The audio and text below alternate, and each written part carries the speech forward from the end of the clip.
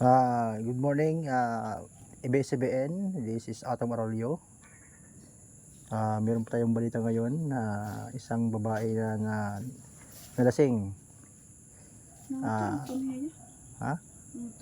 Tumalon siya sa dalawang gusali. Oh. Ito. Ito dito sa baba.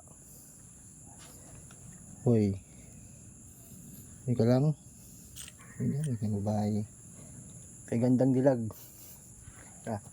Alsam ko lang ito. Papatulog ko lang ito. Bagding ako kami. Ulit ako rin ito. Boss na lang ako natatawag ito. Balik na kitang puwan. Alsam ko pra. Ito papatulog ko lang ito. Bagding house. Take ko na yun.